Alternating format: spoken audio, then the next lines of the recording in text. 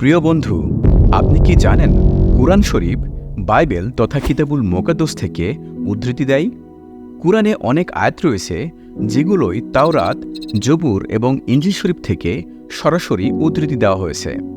আমরা আপনাকে এরকম 3টি উদাহরণ দিচ্ছি। প্রথমটি তাওরাত শরীফ থেকে, দ্বিতীয়টি জবুর শরীফ থেকে এবং তৃতীয়টি ইনজিল শরীফ থেকে কুরআনের উদ্ধৃতির উদাহরণ। কুরআনে ব্যবহৃত এই প্রত্যেকটি উদ্ধৃতি আমাদের হাতে থাকা আজকের তাওরাত, জবুর এবং ইনজিল শরীফেও পাওয়া যায়।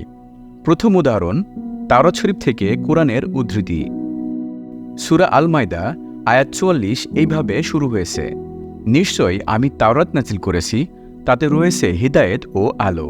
কিন্তু পরের আয়াতটি আমাদের বলে যে, আর আমি এতে তাদের উপর অবধারিত করেছি যে প্রাণের বিনিময়ে প্রাণ, চোখের বিনিময়ে চোখ, নাকের বিনিময়ে নাক, কানের বিনিময়ে কান ও দাঁতের বিনিময়ে দাঁত এবং জখমের বিনিময়ে সমপরিমাণ জখম।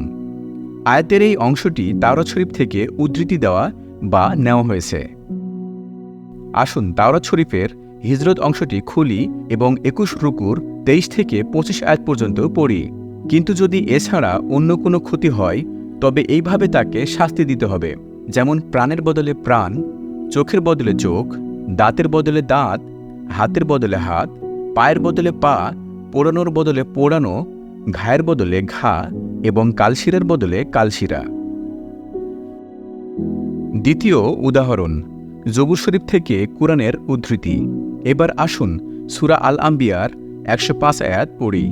আর উপদেশ দেওয়ার পর আমি জবুরে লিখে দিয়েছি যে আমার যোগ্যতার বান্দাগণই পৃথিবীর উত্তরাধিকারী হবে। আয়াতের এই অংশটি জবুর শরীফ থেকে উদ্ধৃতি করা হয়েছে। আসুন জবুর শরীফের 37 রুকুর 29 আয়াত দেখি। ধার্মিকেরা দেশের অধিকারী হবে, তারা নিয়ত সেখানে বাস করবে। এখানে বলে রাখা ভালো যে জবুর শরীফের মূল ভাষা হয় হিব্রু। হিব্রু ভাষায় এরেতস এর অর্থ দেশ এবং পৃথিবী দুটোই।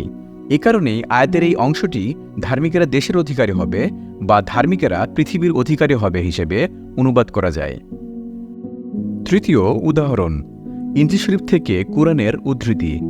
আসুন সূরা আল ফাত 48 এর 29 আয়াত পড়ি। আর ইনজিলে তাদের দৃষ্টান্ত হলো একটি চারাগাছের মতো, যে তার কচি পাতা উদ্গত করেছে ও শক্ত করেছে, অতঃপর তা পুষ্ট হয়েছে ও স্বীয় কাণ্ডের উপর মজবুতভাবে দাঁড়িয়েছে, যা চাষিকে আনন্দ দেয়। যেহেতু আয়াতটি আমাদের বলে এটি ইনজিল শরীফ থেকে নেওয়া, সেহেতু আসুন ইনজিল শরীফ থেকে অংশটি দেখি। ইনজিল শরীফের মার্ক অংশের রুকু 4 আয়াত 26 থেকে 29 পর্যন্ত পড়ি।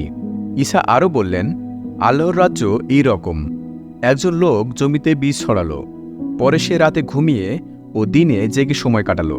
এর মধ্যে সেই বীজ থেকে চারা গজিয়ে বড় হলো, কিন্তু কিভাবে হলো তা সে জানল না।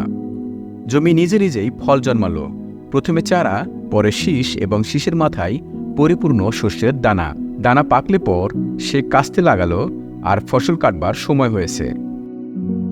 এগুলো মাত্র 3টি উদাহরণ, যেগুলো আমাদের বুঝতে সাহায্য করে যে কুরআন অনুসারে তাওরাত, জবুর এবং ইনজিল শরীফ বিকৃত হয়নি, বরং কুরআন এই আসমানি কিতাবগুলোর উদ্ধৃতি দেয়।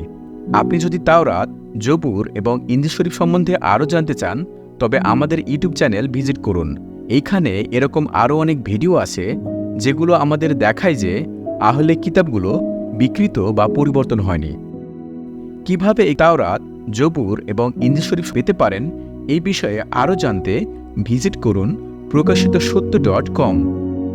ঈসা মসীহের মধ্য দিয়ে মাবুদ আল্লাহর দেওয়া রহমত আপনাদের উপর বর্ষিত হোক।